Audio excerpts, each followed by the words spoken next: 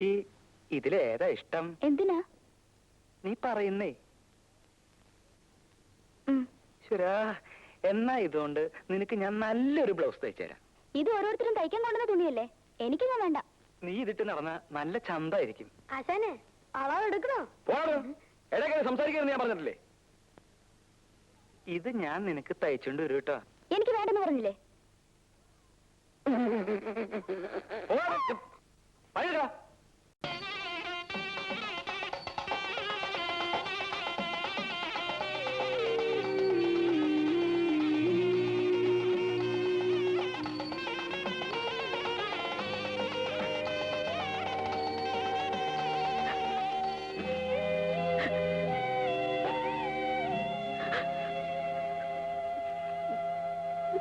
ചേച്ചി, ചേച്ചി എന്തിനാ കരയുന്നത്? ഞാൻ കരഞ്ഞില്ലല്ലോ. ജാനുവിന്റെ കല്യാണത്തിന് ചേച്ചി പോയില്ലേ? ഇല്ല. എന്താ ചേച്ചി പോവാത്തെ? ചേച്ചിക്ക് ഇഷ്ടമല്ലാഞ്ഞിട്ടാ? അതല്ലുണ്ണി, ഞാൻ അവിടെ ചെല്ലുമ്പോ ഓരോരുത്തരും ചോദ്യം ഉണ്ടാവും. കല്യാണമൊന്നും ആയില്ലേ, എന്താ നടത്താത്തെന്നൊക്കെ. എന്നെ കൊണ്ടാവില്ല, പറഞ്ഞു പറഞ്ഞ് മടുത്തോ. ചേച്ചിയുടെ കല്യാണം അച്ഛൻ നടത്താഞ്ഞിട്ടല്ലേ? സ്ത്രീധനം കൊടുക്കാൻ അച്ഛൻ്റെ അടുത്ത് പൂത്ത പണം ഉണ്ടല്ലോ, അച്ഛൻ കൊടുക്കൂല. ഇങ്ങനത്തെ ഒരു അച്ഛൻ പിന്നെ ആർക്ക് വേണ്ടി അതൊക്കെ ഉണ്ടാക്കുന്നേ? ഞാൻ അച്ഛനോടൊന്ന് ചോദിക്കട്ടെ? വേണ്ടുണ്ണി, ഇനി അതും പറഞ്ഞ് അച്ഛന് തല്ലു കൊള്ളണ്ട. അല്ലാതെ തന്നെ നിനക്ക് വേണ്ടത് കിട്ടുന്നുണ്ടല്ലോ.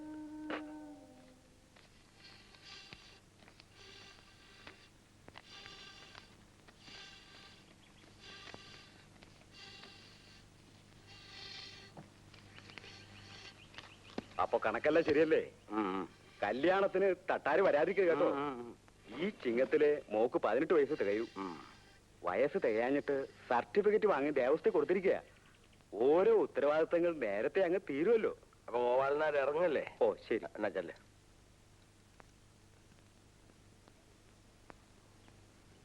എല്ലാരും എന്നോടാ ചോദിക്കുന്നത്, ചേച്ചിയുടെ കല്യാണം എന്താ നടത്താത്തെന്ന്. നമുക്ക് നടത്തണ്ടേ ചേച്ചാ? ആങ്ങളുടെ കാശുണ്ടായിരുന്ന നേരത്തെ അങ്ങ് നടത്തിക്കൂടായിരുന്നോ? എന്റെ കാശില്ല, അച്ഛൻ്റെ അടുത്ത് പൂത്ത പണമില്ലയോ? ഇവിടെ വരുന്നവർക്ക് പെണ്ണിനല്ലേ പണമല്ലേ വേണ്ടത്? അച്ചിട്ടാല് പൊന്നും പണം കെട്ടി വെച്ചിരിക്കല്ലേ വാരിക്കോരി കൊടുക്കാൻ. അച്ഛനെ പണം കൊട്ടി പിടിച്ചോണ്ടിരിക്കുന്നതിനാ?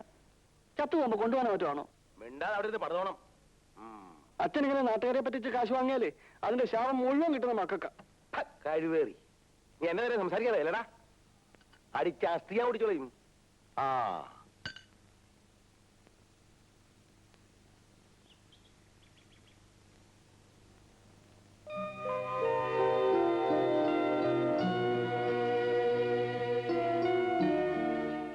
ഉണ്ണി, ഞാൻ പറഞ്ഞല്ലേ പറയണ്ടെന്ന്. അച്ഛൻ ലീലേച്ച കെട്ടിക്കില്ല.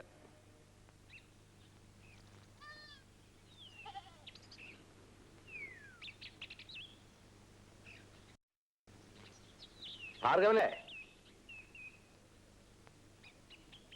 ഭാർഗവനില്ലേ അവിടെ?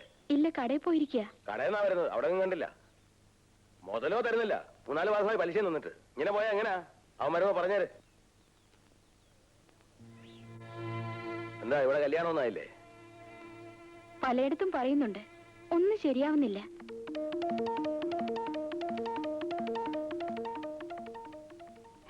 സ്വന്തം മകളുടെ കാര്യം നോക്കാതെയാ മറ്റുള്ളവരുടെ കാര്യം തിരക്കുന്നേ.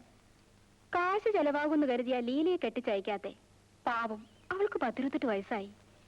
ഒന്നും കൊടുക്കാതെ ആരെങ്കിലും കെട്ടിക്കൊണ്ടുപോകുന്നു കരുതിയിരിക്കുക തട്ടാര്. ഈ കാലത്ത് അത് നടക്കുവോ? എനിക്ക് അയാളെ കാണുന്നത് ദേഷ്യ. മാനെന്നും വിളിക്കില്ല, മയിലെന്നും വിളിക്കില്ല, മാടത്തെ പച്ചക്കിളിയെ നിന്നെ ഞാൻ പാടത്തെ പച്ച.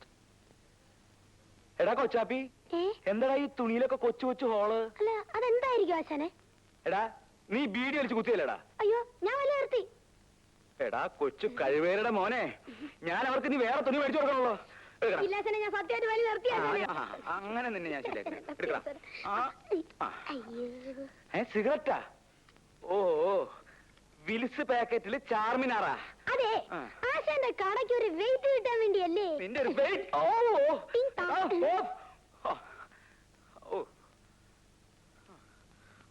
ഓരോരോ കള്ളന്മാര്.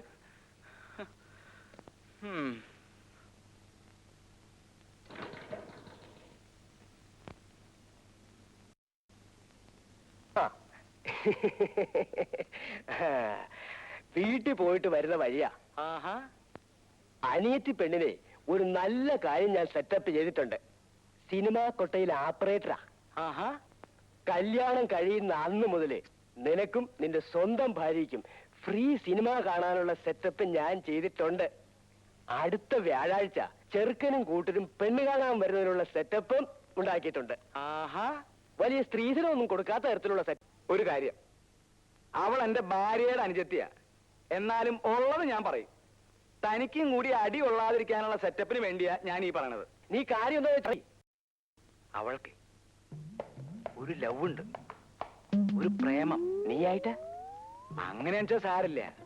വീട്ടിലാവുമ്പോ ആരും അറിയില്ലെന്ന് വെക്കാം. ഇത് കേസ് കെട്ട് വേറെയാ. ആരാ ഒരു പോലീസുകാരനായി. നീ പറഞ്ഞത് നന്നായി. ഞാൻ ഇപ്പൊ തന്നെ ചെന്ന് ഒഴിവ് പറഞ്ഞ് ഈ സ്ഥലം മാറ്റാം. അവന്റെ അമ്മയുടെ ഒരു സെറ്റപ്പും ഒരു ഓപ്പറേറ്ററും.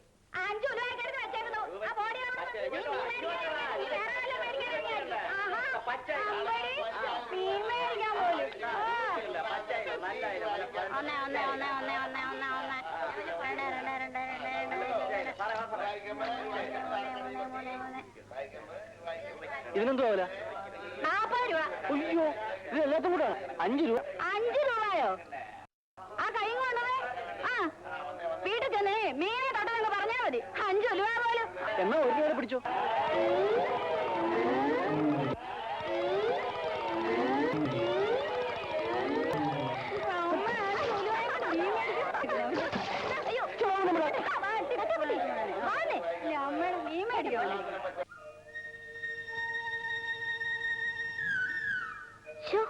എന്തൊരു നാറ്റം. പോന്ന വഴിക്ക് ഒന്ന് കുളിച്ചിട്ട് പോ. അമ്മ ഒന്നോണ്ട, ഇല്ലെങ്കിൽ ഞാൻ ആ സ്ത്രീയോട് നല്ലപോലെ നാല് പറഞ്ഞേനെ. അയ്യോ, അതേതായാലും നന്നായി. ഇല്ലെങ്കിലേ ആ മീൻ മുഴുവൻ തലേ കമിഴ്ത്തിയേനെ.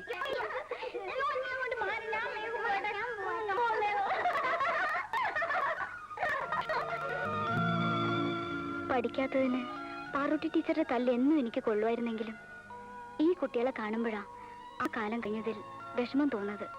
അല്ലേ തട്ടാക്കുട്ടി? ശരിയാ, കുട്ടികളായിരിക്കുമ്പോ തോന്നും വേഗം വലുതാവണമെന്ന്. ഇപ്പൊ തോന്നുന്നു വേണ്ടായിരുന്നു. തട്ടാക്കുട്ടി മിടുക്കനായിരുന്നു, ഞാനൊരു മണ്ടിയും. തട്ടാക്കുട്ടി പഠിത്തം നിർത്തണ്ടായിരുന്നു. എനിക്ക് വലിയ ആശ ഉണ്ടായിരുന്നു, നമ്മളെ കണക്ക് പഠിപ്പിച്ച ഗോപാല സാറിനെ പോലെ ഒരു സാറാകണമെന്ന്. എന്നാ തട്ടിക്ക് പഠിക്കായിരുന്നു. കണക്കില്ലായിരുന്നു. ഇപ്പോഴും ഓർക്കുന്നുണ്ട്, കുട്ടിയെ വിളിച്ചപ്പോ എന്റെ പുത്തൻ രാശി ഒഴിച്ചു. എന്ത് ദേഷ്യായിരുന്നു തട്ടാക്കുട്ടിക്ക്. എന്നിട്ട് നീയല്ല തട്ടാക്കുട്ടി തട്ടാക്കുട്ടി തട്ടാക്കുട്ടി എന്ന് ഒരു 100 തവണയെങ്കിലും വിളിച്ചു കാണും. എല്ലാരും എന്നെ ഉണ്ണീന്ന് വിളിക്കുന്നതിനേക്കാൾ അമ്മൂട്ടി എന്നെ തട്ടാക്കുട്ടീന്ന് വിളിക്കുന്നത് കേൾക്കാനാ ഇന്നെനിക്കിഷ്ടം. അയ്യോ, നീ മറക്കും പാടം പച്ചച്ച പാവാടയിട്ടപ്പം